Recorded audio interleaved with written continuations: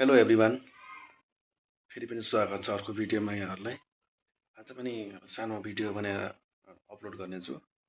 केही छैन खास विषय। अब हल्का सरकार चेन्ज हुँदैछ।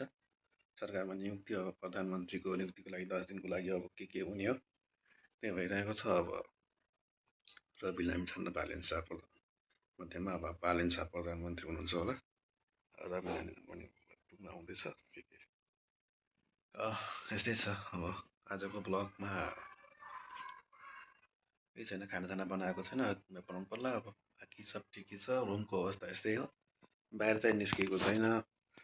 ठिकै छ, अरू सबै ठिकै छ। अब के छ, एउटा ब्लग बनाउनको लागि एउटा राम्रो माइकको आवश्यकता पर्दछ। माइक चाहिँ मसँग छैन, अहिले आवाज चाहिँ क्लियर छैन। त्यसको लागि माइक किन्नेछु केही दिनपछि। मोबाइल त अहिले क्लियर नै छ, अनि त्यसको लागि एडिटिङको लागि त सबभन्दा राम्रो बेस्ट भनेको क्यापकट नै हो। क्यापकट र भिएन पनि राम्रो छ, त्यसबाट नै एडिटिङ गर्छु म। थम्बनेलको लागि पनि काइन्ड मास्टरबाट पनि राम्रो बनाउन सकिन्छ। यस्तै हो। अब बाहिर अब अवस्था हेर्दाखेरि घाम पनि लागेको छ। अहिले मौसम त एकदम खुल्ला छ है, ठिकै छ। अब काममा पनि जानु पर्ला, 1-2 घन्टापछि काममा जान्छु होला। राम्रो छ, अब ठिकै छ। आजको मौसम पनि एकदम बढिया छ। अरू के छ त खबर?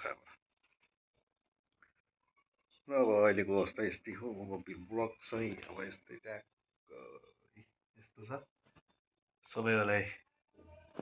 बाहिरको अवस्था ज्याले तातेको छ,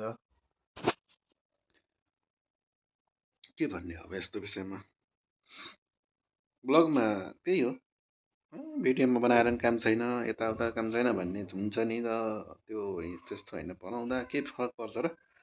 दिनको एउटा भिडियो हाले पनि 30 दिनमा चाहिँ 30वटा सब्सक्राइब हुन्छ भने बनाउँदा के बिग्रियो होइन, पैसा लाग्ने होइन। र बनाउनु राम्रो, तर आफ्नो एकदम एक दिन त सक्सेस भइन्छ, तुरुन्तै सक्सेस नभए पनि एक दिन त सक्सेस हुन्छ है।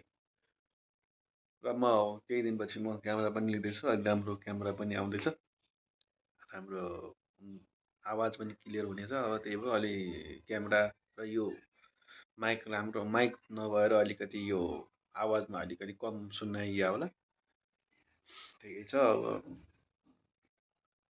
अब यस्तै भिडियो बनाउँदै गर्छु। अब ब्लगमा first blog, second blog, third blog भनेर अब राख्नेछु। अब ब्लगमा अब बाहिरको पनि बनाउनेछु, भित्रको मात्रै बनाएर पनि काम छैन, बाहिरको पनि बनाउनेछु। अब जानेछु अब ब्लग बनाउन। अब केही अब भोलि या त पर्सिसम्म अर्को ब्लग बनाउनेछु। अब एउटा रुमको मात्रै ब्लग थियो। अब यस्तो छ, रुमको अवस्था पौडा पटाइया होइन, अब यस्तो राखिएको छ। खाना बनाउनु पर्ला एकछिनमा। ठिकै छ, हस् त। अब अर्को भिडियो बनाएर आउनेछु है। हस् त, धन्यवाद।